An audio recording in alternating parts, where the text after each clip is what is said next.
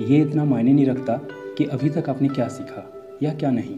जो सीखा है उस पर इतराइए मत, जो नहीं सीखा उसके लिए पछताइए मत। मायने ये रखता है कि अब आप में सीखने की इच्छा है या नहीं। तो इस तरह के किसी बहाने में मत पड़िए कि मुझे टाइम नहीं मिलता या मैं नहीं कर सकता। जागिए और भविष्य की तरफ देखिए। आपका भविष्य आज से शुरू होता है, तो कल का इंतज़ार क्यों करना? क्यों आप अपने उज्जवल भविष्य के इस पहले दिन को बर्बाद करेंगे? कहीं ऐसा ना हो पछताना पड़े कि स्टडी के लिए बुक्स भी थी, सूरज सर के वीडियोस भी थे, पर मेरे पास टाइम नहीं था। तो कैसे कहोगे कि अपना टाइम आएगा? कैसे कहोगे कि अब जीतेंगे हम? समझ गए ना? पढ़ना ज़रूरी है, ये समझ गए ना? बस एक बात और, वीडियोस चाहे कितने भी देख लो दिन में, अगर आप साथ ही साथ प्रैक्टिस नहीं कर रहे हैं तो सब कुछ बेकार है। भले ही एक वीडियो देखिए, पर उसमें कही गई बातों को लिखिए, प्रैक्टिस करिए। सो प्लीज़ एक नोटबुक और पेन हाथ में लेकर के बैठिए, थ्योरीज़ को समझिए और क्वेश्चंस को सॉल्व करिए, तब जीतेंगे आप। हेलो एवरीवन, चलिए शुरू करते हैं आज की क्लास। जो लोग आज नए जुड़े हैं वो लोग मेरे पुराने वीडियोस देख सकते हैं, वो यूट्यूब पर अवेलेबल हैं। नीचे लिंक्स दिए गए हैं, वहाँ पे क्लिक करके जा सकते हैं, या फिर चैनल के प्लेलिस्ट में जा करके देख सकते हैं। पुराने वीडियोस देखेंगे तो सारी थ्योरीज समझ में आ जाएंगी और कुछ क्वेश्चंस भी मैंने साथ ही साथ वहाँ पे कराए हैं, वो भी अच्छे से क्लियर हो जाएंगे। आज मैं ओवरऑल एक रिवीजन एंड कहें तो हम कुछ इंपॉर्टेंट क्वेश्चंस को डिस्कस करने वाले हैं यहाँ पे, जो कि अक्सर करके एग्जाम्स में पूछे गए हैं। ये सेशन बहुत ही इंपॉर्टेंट होने वाला है, बहुत ही इंटरेस्टिंग भी होने वाला है। आपको डिटेल्स के साथ साथ शॉर्टकट तरीके भी समझ में आएंगे कि किस तरह से एग्जाम्स में क्वेश्चन आते हैं तो हमें कैसे सॉल्व करना होता है, टाइम को भी मैनेज करना पड़ता है, कम टाइम में कैसे हम ज़्यादा से ज़्यादा क्वेश्चंस को सॉल्व कर सकते हैं। वीडियो को लास्ट तक देखिए और जिन्होंने चैनल को सब्सक्राइब नहीं किया है वो लोग चैनल को सब्सक्राइब कर दें।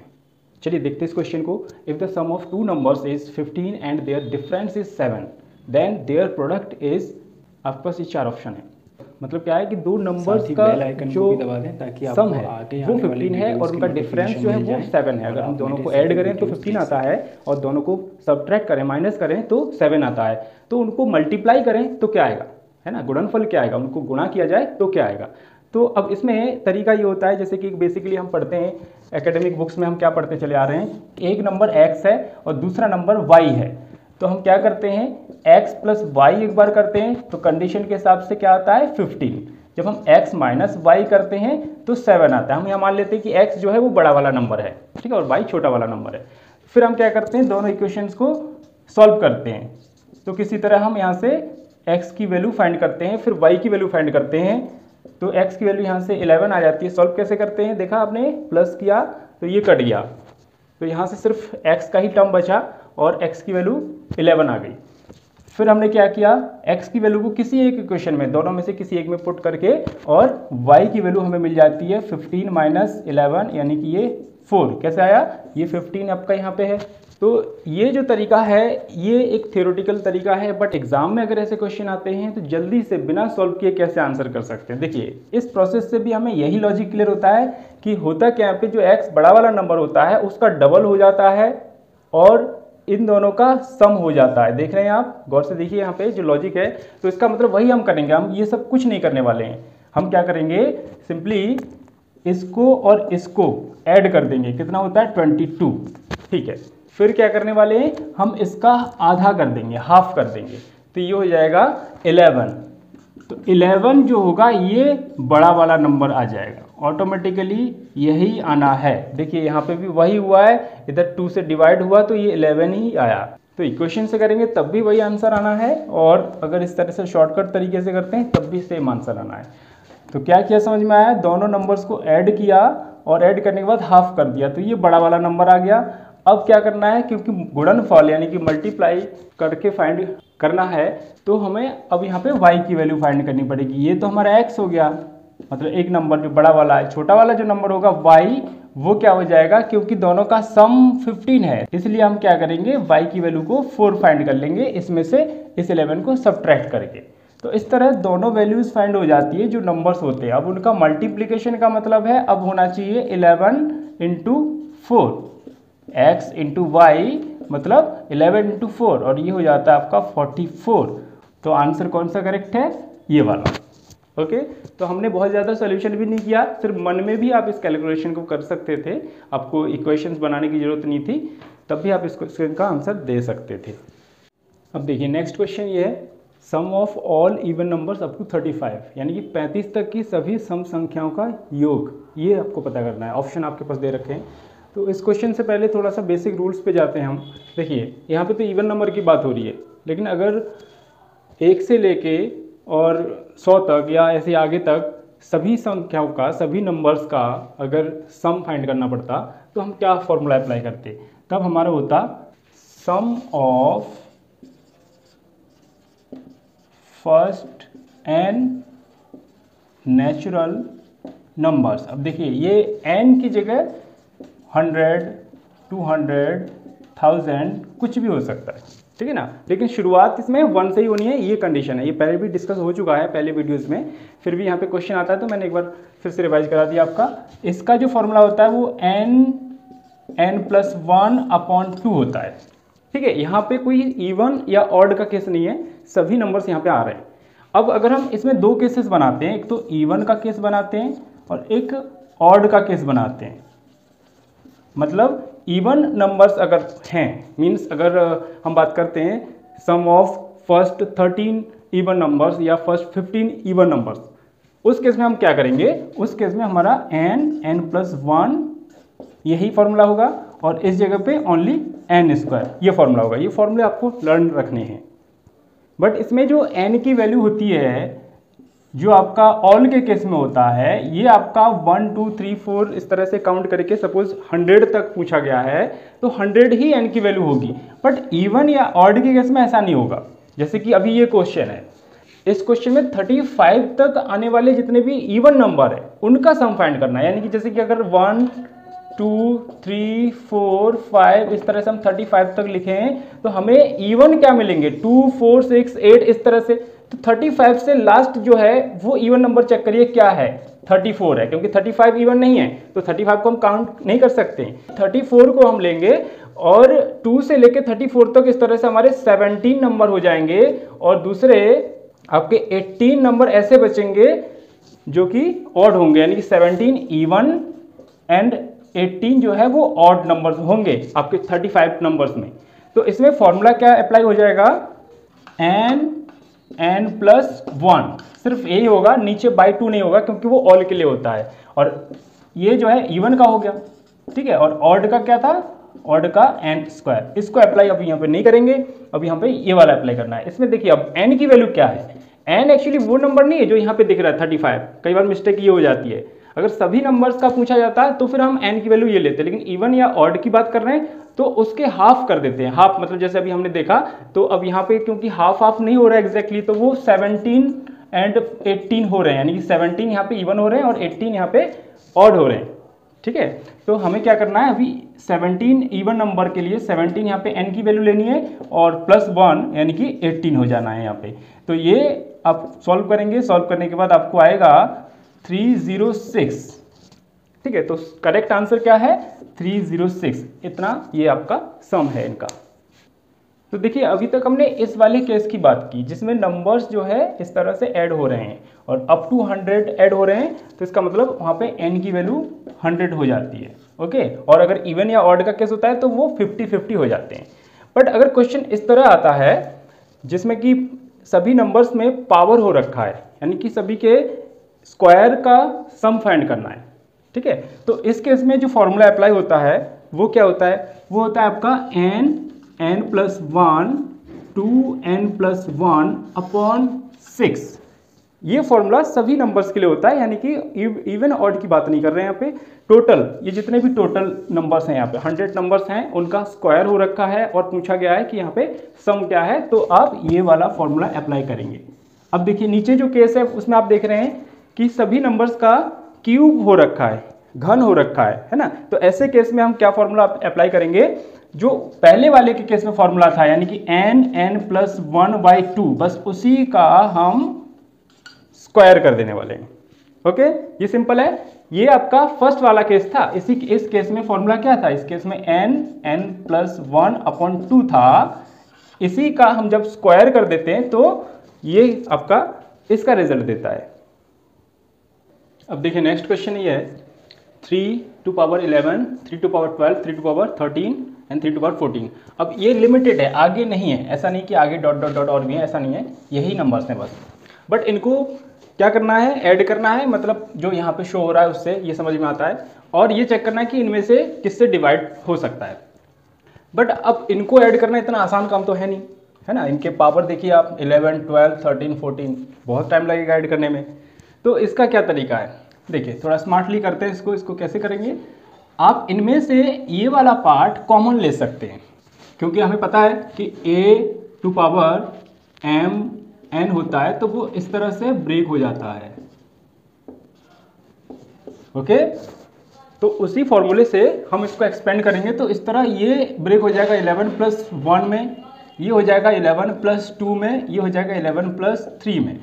तो यहाँ से हमारा 11 हर जगह से कॉमन आ गया, 11 कॉमन, ठीक है।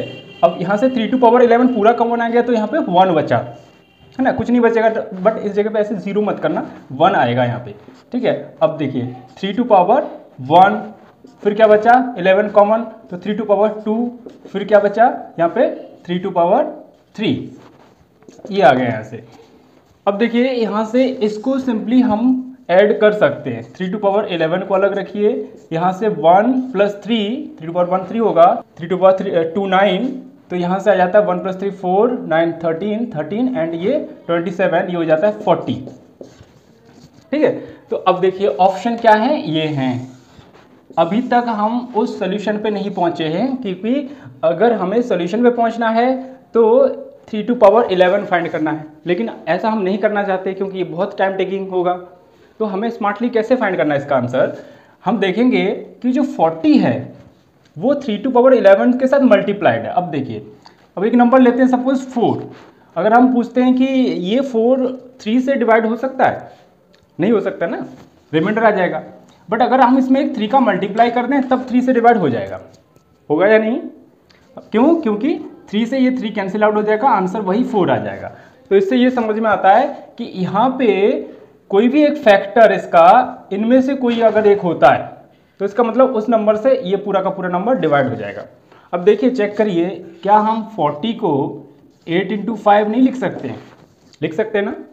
क्यों लिखा, क्योंकि हमने देखा कि यहाँ पे 8 है, तो इसका मतलब ये 8 से इसको डिवाइड कर देगा, 40 को डिवाइड करेगा तो 40 के साथ में मल्टीप्लाइड है 3 टू पावर 11। अब ये चाहे कितना भी आंसर दे रहा हो, लेकिन उससे मतलब ही नहीं। जैसे अभी हमने देखा था कि पहले एक नंबर था सपोज 17, वो डिवाइड नहीं हो रहा था 3 से, लेकिन अगर हम यहाँ पे 3 का मल्टीप्लाई कर दें या फिर हम यहाँ पे 6 का मल्टीप्लाई कर दें तो ये जो नंबर बनेगा वो इस 3 से डिवाइड हो जाएगा, है ना। डिवाइड करने के लिए हम क्या करेंगे, हम यहाँ पे ऐसे काट के देख लें तो यहाँ से आता है 34, तो इसका मतलब डिविजिबल है, कोई रिमाइंडर नहीं बचा, है ना। तो इस तरह से चेक करते हैं। अब देखिए उसी तरह का क्वेश्चन लेता हूँ मैं क्वेश्चन नंबर नहीं चेंज कर रहा हूँ, अलग अलग टाइप का मैं क्वेश्चन ले रहा हूँ इस सेशन के अंदर, ठीक है, ताकि आपको कम से कम टाइम में अलग अलग कैटेगरी के क्वेश्चंस यहाँ पे मिलें और आपके एग्जाम्स की अच्छे से प्रिपरेशन हो। और देखिए ये क्वेश्चन मैं पिछले वाले क्वेश्चन की तरह ही ले रहा हूँ, लेकिन इसमें थोड़ा सा आपको डिफरेंस मिलेगा, थोड़ा सा आपको ब्रेन यूज़ करना पड़ेगा। वो ये है कि पहले तो देखिए आप उसी तरह करिए, जैसे फर्स्ट वाला जो है वो कॉमन ले लेते हैं, 61 कॉमन आपका हो गया ये, और 1 प्लस 4 टू पावर 1, क्योंकि ये ब्रेक हो सकता है 61 प्लस 1, इसको 61 प्लस 2, मतलब ये जो पावर्स हैं इनको 61 के टर्म में ही ब्रेक कर दीजिए, 61 प्लस 3 इस तरह हो जाएगा ये। तो यहाँ से 4 टू पावर 2, 4 टू पावर 3, ये आ गए आपके। तो अब देखिए इसका सोल्यूशन कैसे करते हैं, इनका सोल्यूशन कर लेते हैं। यहाँ से 4 टू पावर 61 को ऐसे ही रखते हैं, इनटू, क्योंकि यहाँ पे इनटू हो रहा है, 1 प्लस 4 5 5 21 21 एंड इधर आपका हो जाता है 64 यानी कि 85। ओके, बट यहाँ अगर ऑप्शन देखेंगे तो हमें समझ नहीं आ रहा है कि ये 84 किससे कटेगा। लास्ट वाले क्वेश्चन में क्या था, यहाँ पे 40 था, तो हमने देखा कि 8 40 को डिवाइड कर रहा था, तो इसका मतलब इस पूरे नंबर को भी वो 8 डिवाइड कर देगा, है ना। लेकिन यहाँ डिसाइड नहीं कर पा रहे, यहाँ पे 85 को कोई भी नंबर इनमें से डिवाइड नहीं कर पा रहा है कम्प्लीटली। तो ऐसे केस में हम क्या करते हैं, हम ये देखते हैं कि ये और आगे तक कैसे सॉल्व किया जा सकता है, मतलब एक स्टेप और आगे, इस 4 के पावर 60 प्लस 1 कर सकते हैं। ओके, तो इससे क्या हो जाएगा, 4 टू पावर 60 अलग हो गया, और इनटू यहाँ से जो एक 4 टू पावर 1 यानी कि 4 बच रहा है, उस 4 का मल्टीप्लाई 85 के साथ हो जाएगा। तो क्या होगा, 4 5 20, मतलब 0 आएगा लास्ट में, है ना। इसका सोल्यूशन मैं नहीं कर रहा हूँ, मतलब लास्ट में आपको दिख रहा है कि यहाँ पे 0 आना है। तो 0 आने का मतलब क्या है, सीधा सीधा दिख रहा है कि 10 इसको डिवाइड कर देगा। ठीक है, इस तरह से दिमाग लगाना है कि 4 यहाँ से एक अलग करो, क्योंकि कई सारे 4 है यहाँ पे, 4 टू पावर 61 है, तो एक 4 अलग करके इसके साथ अटैच कर दो। फिर देखो उनका क्या प्रोडक्ट आ रहा है, उसके प्रोडक्ट में अगर यूनिट प्लेस पे 0 है, यानी कि पूरे के पूरे प्रोडक्ट में यूनिट प्लेस पे 0 ही होगा। और किसी भी नंबर के यूनिट प्लेस पे अगर 0 होता है तो हमें पता है कि वो नंबर 10 से कंप्लीटली डिविजिबल हो जाता है। तो इस तरह से हमें स्मार्टली ऐसे क्वेश्चंस का आंसर फाइंड करना है। अब देखिए इस क्वेश्चन में ये पूछा है कि ये जो ऑप्शन में नंबर्स है, 4 नंबर हैं, ठीक है, इनमें से कौन सा नंबर 18 से डिवाइड नहीं हो सकता, नहीं हो सकता। यहाँ पे देखिए, ध्यान से देखिए, इस तरह के क्वेश्चंस को ध्यान से हमें पढ़ना पड़ता है। जितना केयरफुली, जितना धीरे हम क्वेश्चन को पढ़ते हैं, उतना ही फास्ट हम आंसर कर सकते हैं उसका।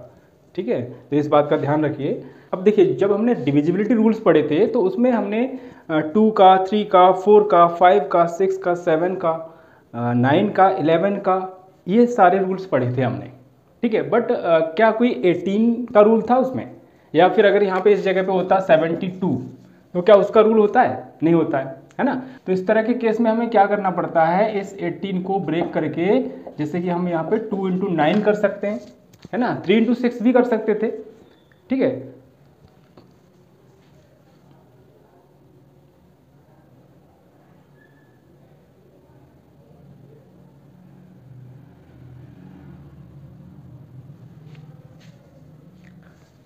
थ्री इंटू 6 भी कर सकते हैं। तो इसका मतलब इनमें से कोई भी नंबर जो कि इनमें से किसी से भी डिवाइड ना हो, वही तो 18 से डिवाइड नहीं होगा, है ना। क्योंकि जैसे कि अब देखिए, जो नंबर इनमें से 18 से डिवाइड नहीं होगा, नहीं का पूछा है यहाँ पे, इसका मतलब वो 18 के किसी भी फैक्टर से भी डिवाइड नहीं होगा। 18 से डिवाइड नहीं होने का मतलब है 2 से भी डिवाइड,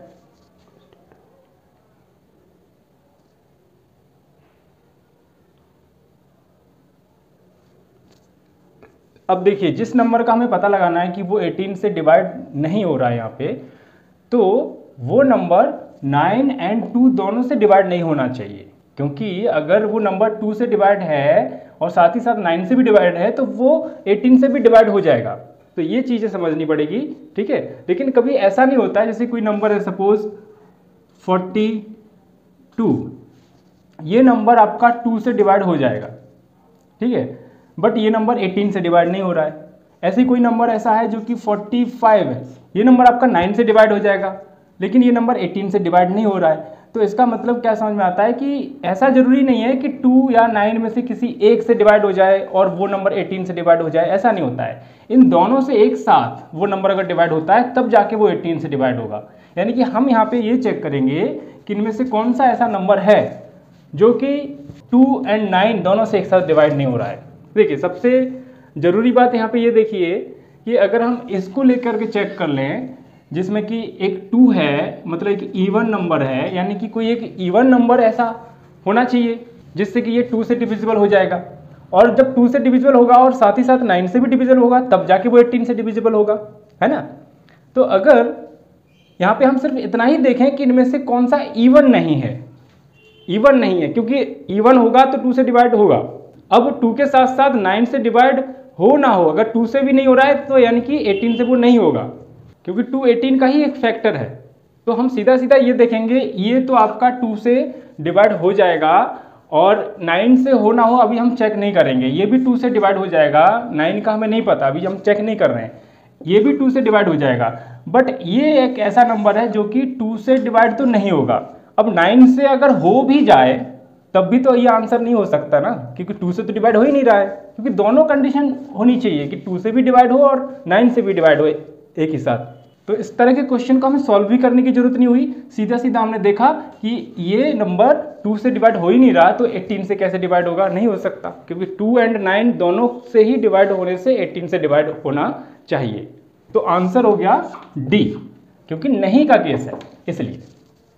अब देखिए ये भी उसी तरह का क्वेश्चन है, क्वेश्चन का नंबर मैं चेंज नहीं कर रहा हूँ। अगर एक जैसे क्वेश्चन आ रहे हैं तो मैं उसको भी उसी क्वेश्चन में ही काउंट कर रहा हूँ। ओके, तो इसमें पूछा है कि 6 डिजिट का सबसे छोटा नंबर कौन सा होगा, इनमें से कौन सा होगा जो कि 108 से डिवाइड हो जाएगा, 108 से विभाज्य हो जाएगा। ठीक है, तो ऐसे में अब देखिए रूल क्या है, जब भी यहाँ पे कुछ ऐसा नंबर होता है कि उससे डिविजिबिलिटी चेक करनी है तो हम सीधे सीधे उसको ब्रेक करेंगे, यानी कि 108 को हम फैक्टर करके देखेंगे। तो इसका प्राइम फैक्टराइजेशन क्या होगा, 108 is equal to 2 into 2 into 3 into 3 into 3। देखिए यहाँ से आता है 4, यहाँ से आता है 3 3 ज़ा 9 3 ज़ा 27, यानी कि इस 27 में क्या है 3 एंड 9 है। अब देखिए इनमें से अगर कोई नंबर ऐसा है, अब यहाँ पे नहीं का केस नहीं है का केस है। पिछले वाले क्वेश्चन में क्या था कि 18 से डिवाइडेड नहीं है, तो उसमें हमने ये चेक कर लिया था कि कौन सा ऐसा नंबर है जो कि इवन नहीं है उसमें से, क्योंकि 18 से डिवाइड होने के लिए उसको इवन होना जरूरी है, क्योंकि 18 में क्या था 9 इंटू 2, यानी कि दोनों के दोनों कंडीशन सेटिस्फाई होने चाहिए, दोनों से डिवाइड होना चाहिए, तब जाके वो 18 से डिवाइड होता। ठीक है, तो इस वजह से हमने वहाँ पे ऑप्शन में सीधा सीधा देख लिया था कि कौन सा नंबर इवन नहीं है। बट यहाँ पे पूछा है कि ये 108 से डिवाइड है। डिवाइड है का मतलब है कि हमें ऐसा नंबर ढूंढना है जो कि 9 से एंड 4 से डिवाइडेड हो जाए एंड एज वेल एज 3 से भी डिवाइड हो जाए। जो नंबर आपका 9 से डिवाइड होगा वो नंबर 3 से तो डिवाइड होगा ही होगा, तो हमें क्या 3 का चेक करना चाहिए? नहीं चाहिए। 3 की डिविजिबिलिटी चेक नहीं करनी चाहिए। स्मार्टनेस ये है कि 9 की चेक कर लो एंड 4 की चेक कर लो। ठीक है ना, ऐसे तो 4 के अंदर भी 2 इंटू 2 आ रहा है, तो हमें ना 2 की चेक करनी है और ना 3 की चेक करनी है, हमें इनका चेक करना है। अगर क्योंकि 9 से डिविजिबल होगा तो 3 से भी हो जाएगा, अगर 4 से डिविजिबल होगा तो 2 से भी हो जाएगा। तो सीधा सीधा आप यहाँ पे ये चेक करिए कि 9 से एंड 4 से डिविजिबल कौन सा नंबर है। और इसके लिए रूल हमने पढ़ा था, 4 के लिए हम देखते हैं लास्ट के 2 डिजिट। लास्ट के 2 डिजिट मतलब यहाँ तो ये बात हमारी फेल हो जाती है, डिविजिबिलिटी रूल यहाँ आपका अप्लाई होता है, बट यहाँ पे अभी हमें 9 वाला भी वेरीफाई करके देखना है, तो 9 वाले में हम फेल हो जाते हैं। देखिए 1 + 4 यहाँ पे आता है 9, सारे डिजिट्स का सम फाइंड करके टोटल करके और उसको 9 से डिवाइड करके देखते हैं, तो अगर 9 से वो डिविजिबल होता है तो ये नंबर 9 से डिविजिबल होगा। बट ऐसा यहाँ पे नहीं हो रहा है, सम इनका 5 हो रहा है और 5 आपका 9 से डिविजिबल नहीं है, तो इस वजह से ये वाला भी आपका आंसर नहीं है। इसको चेक करिए, इसमें क्या है कि लास्ट के 2 डिजिट 6 है, तो पहली बात तो ये 4 से ही डिवाइड नहीं हो रहा है। ठीक है, तो 9 से क्या चेक करना है। अब सबसे लास्ट वाला देखिए, यहाँ पे क्या है, लास्ट में 2 डिजिट में 08 है, यानी कि ये तो 4 से डिवाइड हो रहा है। अब 9 से आते हैं, 9 में 1 + 8 ये हो रहा है 9, ये 1 + 8, 0 का तो कोई मतलब नहीं है यहाँ पे, 0 को चाहे ऐड करो चाहे ना करो। अब देखिए तो इसका मतलब 9 जो सम आ रहा है इसका वो 9 से डिविजिबल हो रहा है, यानी कि यहाँ आपको इस ऑप्शन में दिख रहा है कि ये ऑप्शन 9 एंड जो 4 है दोनों से ही ये डिविजिबल है। अगर ये नंबर 9 एंड 4 दोनों से डिविजिबल है, यानी कि वो नंबर 108 से भी डिविजिबल हो जाएगा। तो आंसर है डी ऑप्शन। देखिए बहुत ही इंटरेस्टिंग सा क्वेश्चन है कि अगर ये नंबर जिसमें कि p एक ऐसी वैल्यू है जिसके बारे में हमें नहीं पता, p, ठीक है ना, ये डिविजिबल है इस नंबर से, तो इस p की वैल्यू क्या होगी? पहले से बता दिया गया कि ये डिविजिबल है इस नंबर से, तो ये p क्या होना चाहिए, इस p की जगह क्या होना चाहिए? ओके, तो अब देखिए हम क्या करते हैं, उसको उसी तरह लिखते हैं जैसे कि हम सपोज डिवीजन कर रहे हैं, तो कैसे करेंगे, इस तरह लिखना है। ओके, अब इसमें हम थोड़ा सा इसको सिंप्लीफाई करते हैं। हम देख रहे हैं यहाँ 5 है, यहाँ पे 0 है, तो ये 5 से कटेगा, 5 1 जा 5, 0 आएगा, 5 9 जा 45, 5 6 जा 30 एंड 5 6 जा 30 एंड 5 8 जा 40। अब देखिए 6 6 8 एंड इधर है आपका 3 3, एक्चुअली ये 3 3 4 है, थोड़ा करेक्शन कर लीजिए यहाँ पे, इस जगह पे भी 3 3 4। तो अब देखिए 3 3 4 एंड 6 6 8 ये 2 बार इसको काटेगा, है ना। तो सीधा सीधा क्वेश्चन एक्चुअली इस तरह बनाए ही जाते हैं कि वो कुछ ना कुछ स्मार्टली उसका आंसर निकल आए। आपको ऐसा नहीं कि लगे रहना है, हार्ड वर्क करना है, ऐसा कुछ नहीं है। हर एक क्वेश्चन एग्जाम में आपका 1 मार्क का होता है, ठीक है। तो सभी क्वेश्चन जब एक ही वेटेज के हैं, यानी कि सेम वेटेज के क्वेश्चन है, यानी कि सभी में उतना ही टाइम लगना चाहिए। लेकिन होता क्या है कि आपको प्रॉपर तरीका उसका नहीं पता होता है, तो इस वजह से आप जल्दी से उसका आंसर फाइंड नहीं कर पाते हैं। अब देखिए, तो इस तरीके से हमें क्या दिखता है कि ऊपर जो है हमारा 109 बचता है, इंटू 7 होता है, यानी कि कहीं ना कहीं ये 109 इंटू 7p और नीचे 2 है। अब ये पूरा जो नंबर है ऊपर वाला, ये नंबर 2 से डिविजिबल है यहाँ पे, क्योंकि ये एक्चुअली ये था, ये अपॉन ये था, हमने उसको सिंप्लीफाई कर दिया। अब इससे ये पता चलता है कि ये नंबर 2 से डिविजिबल है। अब इस केस में आप p की वैल्यू क्या बताएंगे? सोचिए, कोई भी नंबर 2 से डिविजिबल होने के लिए, जैसे अगर हम बोलते हैं कि 7 2 से डिविजिबल है, आप बोलेंगे नहीं, लेकिन अगर मैं यहाँ पे 2 का मल्टीप्लाई कर दूँ तब तो ये 2 से डिविजिबल हो जाएगा, क्योंकि ये 2 से 2 कट जाएगा और ये आपका 7 आंसर आ रहा है, जो कि एक होल नंबर है, मतलब कोई भी यहाँ पे रिमाइंडर नहीं आ रहा है, क्वोशिएंट बिल्कुल आ रहा है, तो यानी कि ये डिविजिबल है। ठीक है, तो इसका मतलब इस p की जगह कम से कम क्या वैल्यू होनी चाहिए? अगर p की जगह मैं 1 रखता हूँ तो कोई गारंटी है कि ये 2 से डिविजिबल हो जाएगा? नहीं होगा।